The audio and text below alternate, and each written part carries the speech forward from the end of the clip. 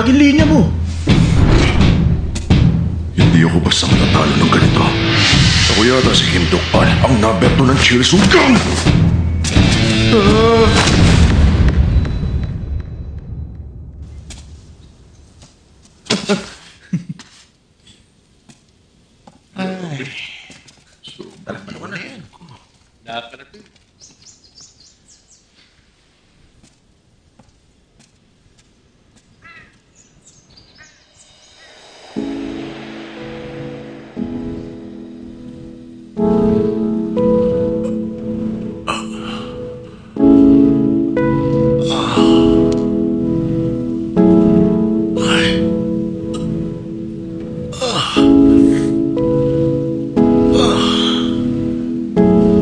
Lintik.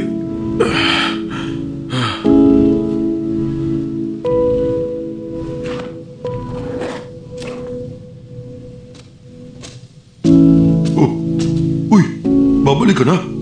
Huwag mo nang pakialaman ng katawan ko. Tandaan mo, patay ka na. Oras na lumabas ang espiritu mo sa katawan ko, mamamatay ako agad. Kaya pabayaan mo na ako. Lumabas ka na ngayon. Sira po lang.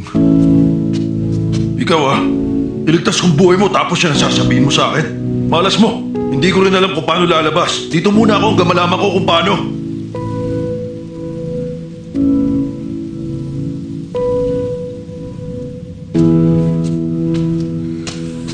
Huwag ka mag-alala. Gagawin ko lahat. Para manatiling mataas ang grado mo. Tsaka magaling ako sa suntukan. Turuan natin ang leksyon yung Chemi sa pabubuli sa'yo. Aray, hindi pa lang ako sanay sa katawan mo kaya nagulpi ako eh. Tungkol sa grado mo, sige, papasa ka sa kolehiyo. Makikipagkaibigan ako. Aalagaan ko rin yung mama mo. Kahit na hindi pa rin magbabagong buhay ko, magsasayang ka lang sa akin ng panahon.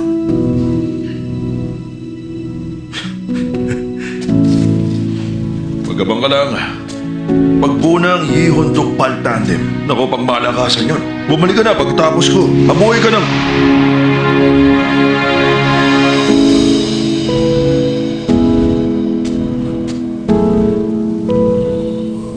Anak na.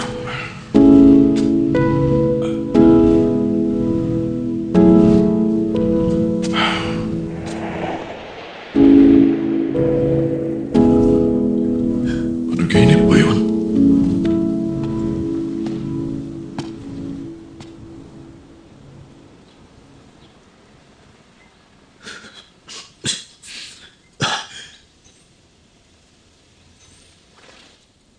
Tara, sa klinik.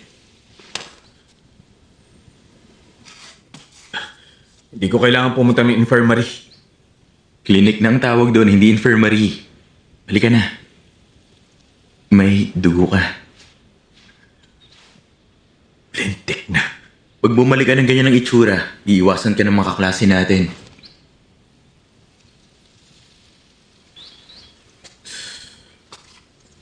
Halika na. Sa infirmary.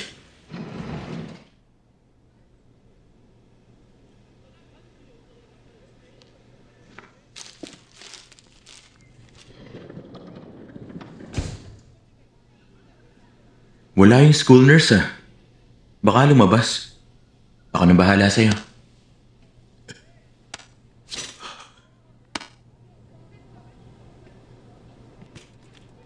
Anong klase natin? Homeroom ngayon.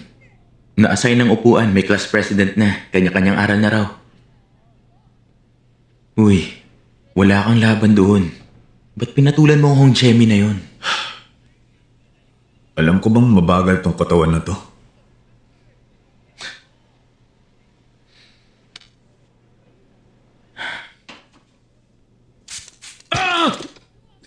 Ano ba? Dahan-dahan naman.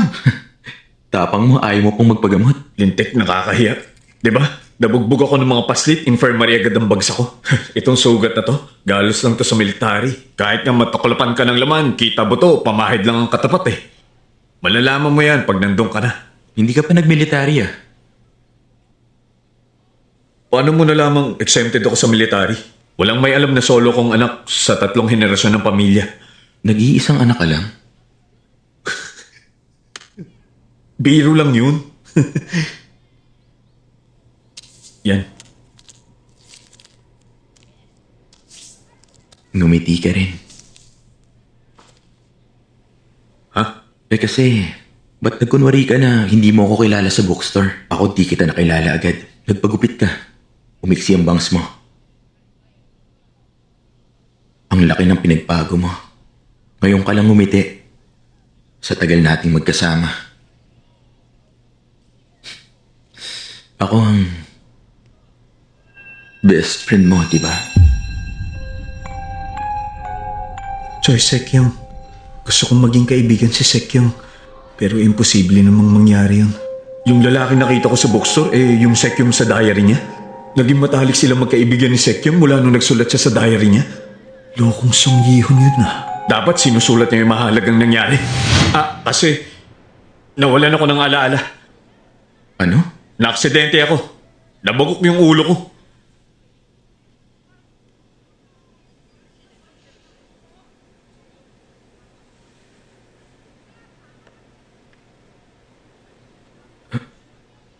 Ba't naman ganon? Hindi mo ako maalala. Nakitulog ka pa sa kwarto ko at sabay tayong nag-aaral palagi. Sabay tayong gumala. Magulang na nga rin ang turing mo sa magulang ko eh.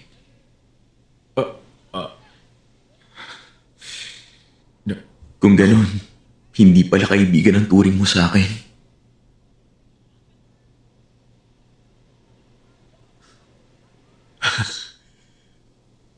Wala kasi akong matandaan kahit ano. Oh, tatandaan na kita. Sana magpatuloy yung pagkakaibigan natin.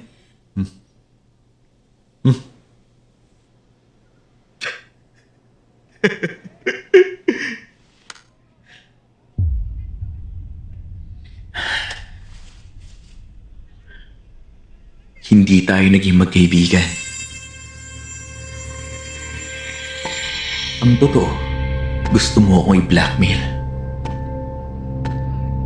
Gusto ko lang makita ang reaksyon mo. Diba, umuulan pa nga nun? Nagpunta ka sa bahay at pinagbantaan mo ako ipagkakalat mo ang pagkatao ko kung hindi ko gagawin ang sinabi mo sa akin. Paano kaya natumalon si Yihon sa tulay yung sinasabi niya? Ibig sabihin, nagkita sila ni Sekyung nung araw na yun? Hindi ko maintindihan kung ano bang tingin ni Yihon sa pagkatao ko. Pero mas kilala ko siya kumpara sa ibang mga tao sa paligid niya. Dahil mahigit 2 taon niya na akong sinusundan na para siyang stalker. Tinitingnan ko lang naman siya dahil gusto ko siyang maging kaibigan. Pero nagsimula na si Hong Chemi na tawagin akong stalker. Nakilala ako bilang stalker. Ngayon, lahat ng tao sa school umiiwas sa akin at lagi akong tinuturo. Hindi kita inistok. Kita mo na? Alam mo pala eh. Huwag mo nang subukang magpalusot. Magsisinungaling ka pang nawalan ka ng alaala eh. Yang taas, yang frame, yang mukha saktong-sakto sa itsura ni Yihon. Maluloko mo yung ibang estudyante. Pero yung pananalita mo, yung lakad, ngiti, pati titig ng mata mo. Nagbago ang lahat ng yon. Na para kang ibang tao. Yung tingin niya, nakakabasa ng pagkatao. Pero bantay niya ang sarili niya. Yung titig niya, hindi niya binabawi. Chosek yung mapanganib ang batang to. Ano? Hindi ikaw si Song Yi-hun?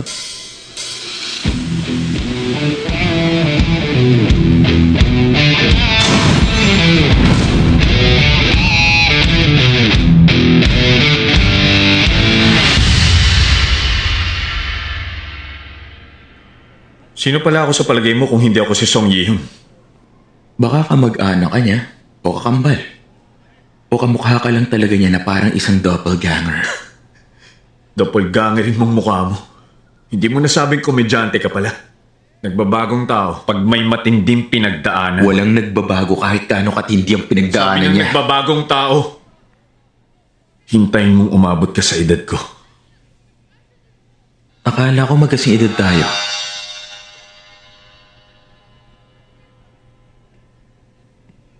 Late na parehistro ng magulang ko yung birth date ko. Kalokohan. Di mo ba naisip na puro lang hinala lahat ng sinabi mo mula pagkatao, hanggang mata, pananalita, lakad at ngiti? tumigil ka na. Seniors na tayo. Dapat nag-aaral tayo, hindi nagsasayang ng oras. Dapat pumasa tayo sa kolehiyo para maasahan bilang tao.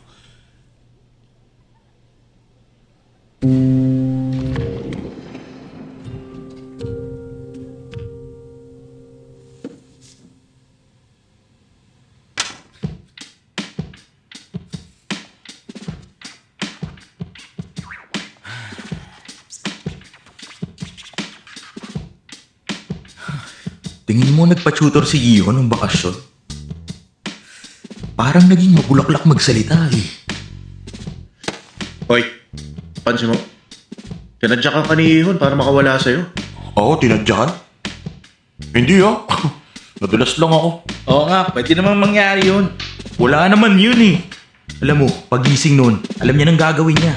Babalik yun sa dati. Matatauhan din yun.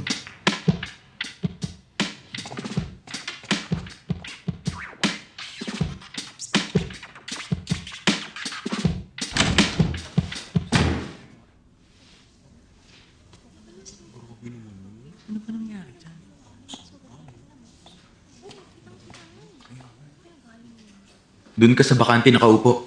Pangalawa sa row 2. Wala na sina Jemin. Lumabas na yun ng school. Wala na yung backpack eh. Hindi kita tinatanong.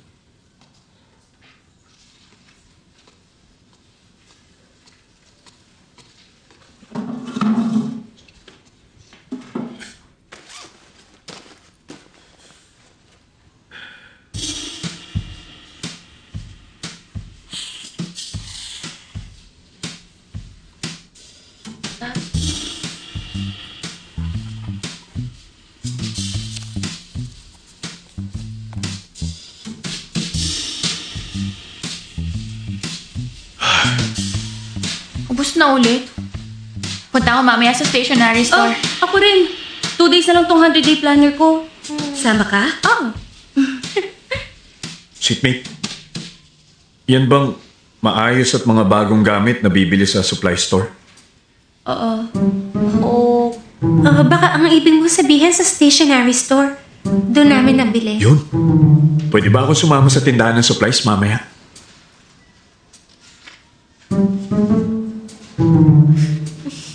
Anong nangyayari sa'yo? Ano ka?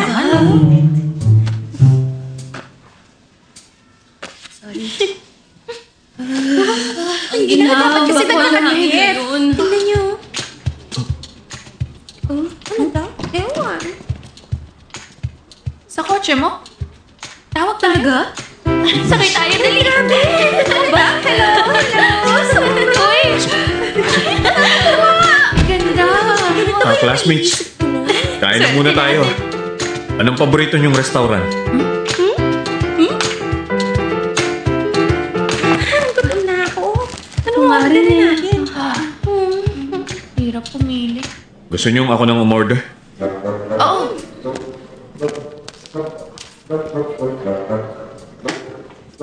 Waiter, Pili ka ng masarap, ha? wala dito. Hanggang dito, lahat yan. Teka, puro toppings order mo, walang tteokbokki. Tteokbokki store to. Sorry. Pili muna kami. Gusto ko kasing ipili kayo ng mamahalin at masasarap na order. Gusto ko seaweed scroll. Sige, ako beef brisket.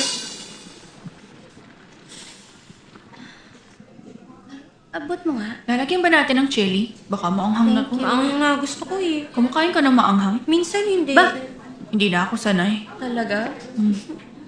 Iyon. Ba't di ko kumakain? Busog pa ako eh. Kain lang kayo ng marami. Kabala. Baka ayaw niya ng order natin. Ayaw ng tteokbokki. Dapat pumili siya ng ibang lugar. Oh, saan ka punta? Sa banyo. Sandali lang. Next time, yung... Konti na lang, matatapos na rin. Papasa rin ako. Ay, naku, kita ko. Kahit po, sa panong kanto lang.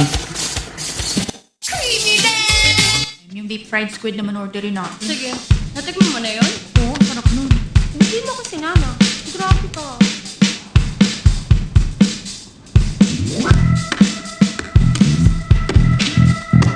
Wow!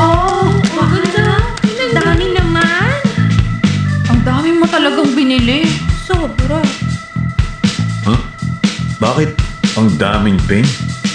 Diba? Sobrang incredible. Ba? Okay, ito. Sinong Avenger mahilig gumamit ng pen? Sinong Avenger? Si Black Panther.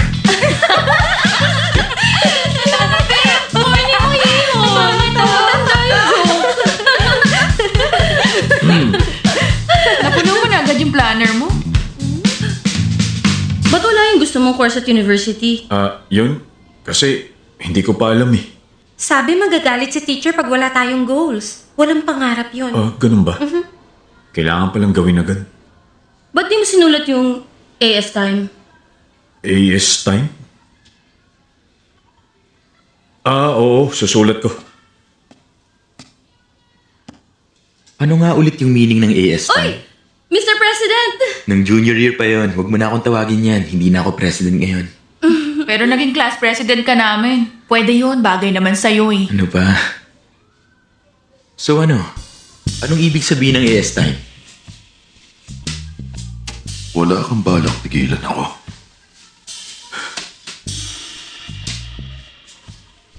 Yung... Actual studying time. Imposible namang hindi niya alam ang ibig sabihin nun. Bakit bang seryoso mo? Oo nga. Dapat lang naman na alam niya kung ano yon. Pero, bakit bang pakiramdam ko hindi niya masasagot ang tanong? Bakit naman hindi? Siyempre alam niya. Anong tinatanong niyo kay Yihon?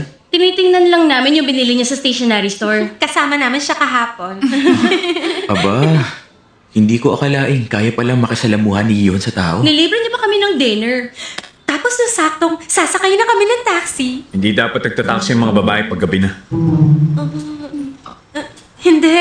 Okay lang kami. Sakay na. Nag-aalala ng magulang niyo. Kala ko malungkutin si Yihon. Hindi naman pala. Ang mature nga niya at saka ang cool pa. Oo nga. Totoo.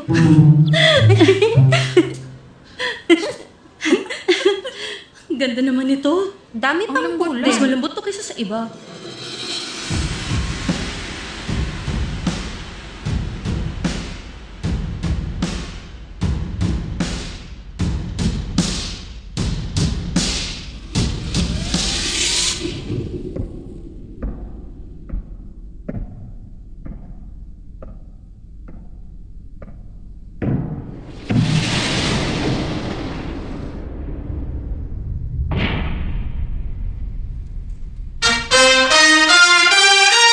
Perfect score!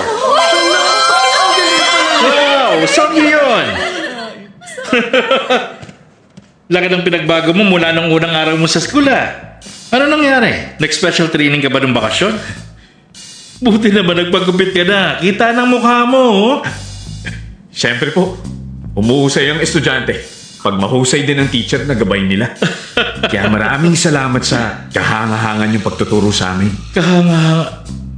Pati salita mo, lalim. Salamat talaga sa akin. Oo naman, sir. Ay, pambihira to. Sige na, balik na sa upuan. Maraming salamat po, Sige. sir. Next, Yung Min.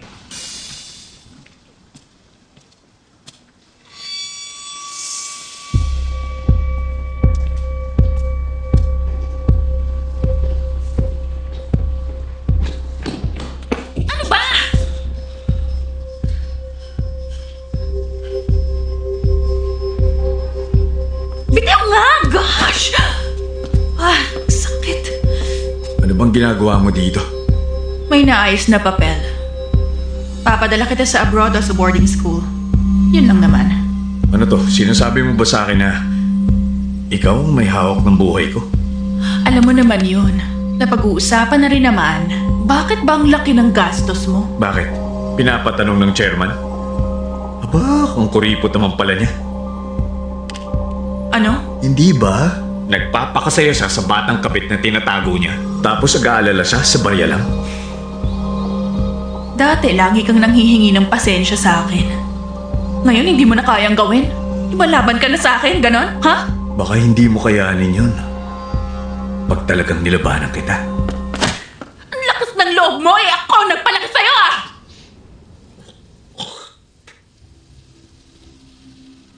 Pinalaki. Pinalaki mo siya?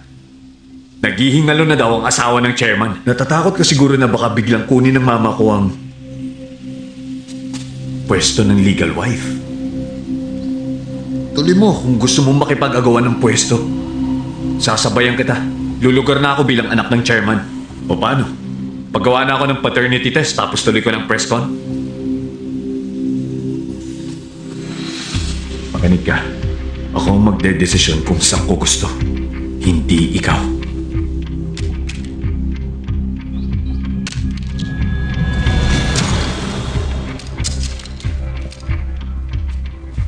Pag nakita pa kita ulit dito sa eskwelahan, yan ang mangyayari sa'yo. Saksak mo sa kokote mo.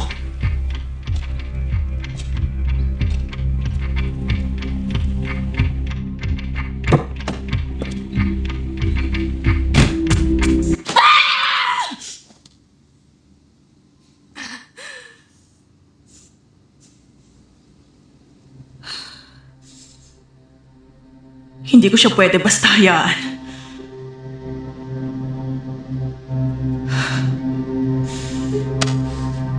Dito kayo magaling. Sige, ihahanda ko na ang mga bata.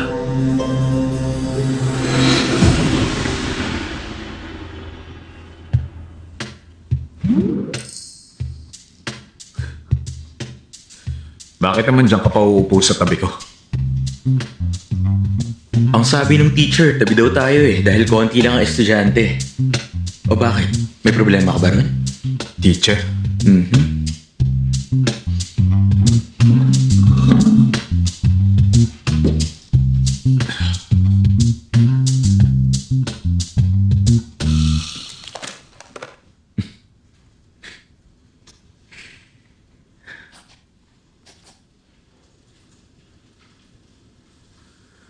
Bakit naman kasi ang hirap intindihin nito? Kailangan mo lang gamitin yung absolute value. Hindi ko kailangan ng tulong.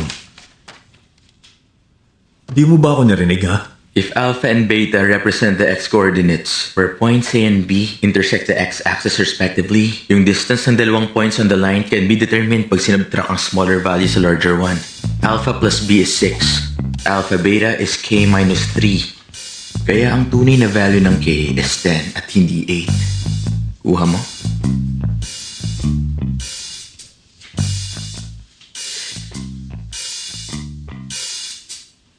Ikaw naman.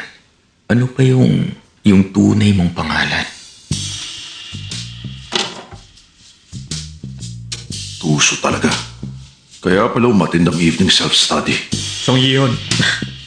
Ayaw pa rin sabihin. Anong ayaw sabihin? Ako nga si Song Yihon, wala nang iba. Hindi, mali yun. Ang tunay na Yihon, hindi titingin sa akin ng diretsyo. Song Yihon, Punta ka na sa career counseling. Itanong mo sa akin yung mahihirap. Good luck sa counseling mo. Hihintayin kita. Silbing ko kaya ito ng buhay.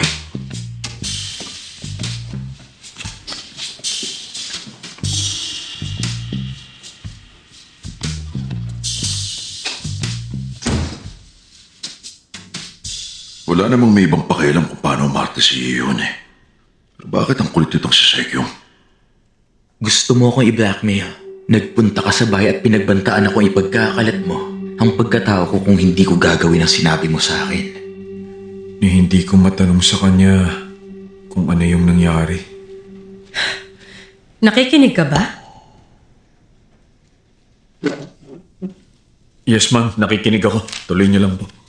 Yung grades mo nung second year, hindi naman mababa. Kung pagpapatuloy mo, makakapasok ka ng college sa Seoul nang walang problema. Bakit hindi mo nilagay yung target school at major mo? Kasi, ano bang gusto ng mga kabataan ngayon na major?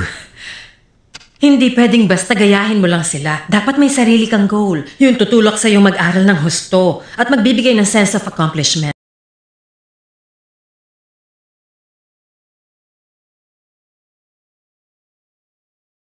At hirap makipag-usap sa iba. Baka dahil sa mahihain po kasi ako Sobra.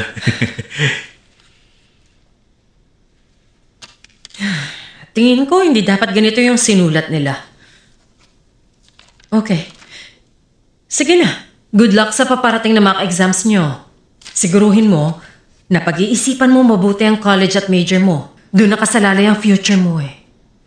Yes, ma'am. Kahit anong hanap ko, wala akong makitang konektado sa pangarap niya. Kung may pangarap man siya, aabot naman kaya ang grades ko. Kahit na hindi pa rin magbabagong buhay ko, magsasayang ka lang sa akin ng panahon. Sa halip na gumaganti, tinatamaan ako. Iniiwasan pa ako ng mga tao. Nandiyan pa si Imik Yang at Chesek Yang. Bakit hindi ako makabangon?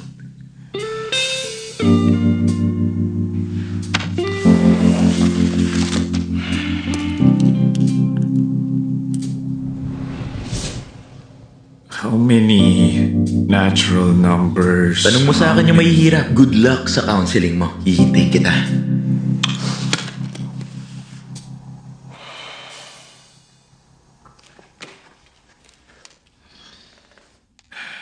Pambihira.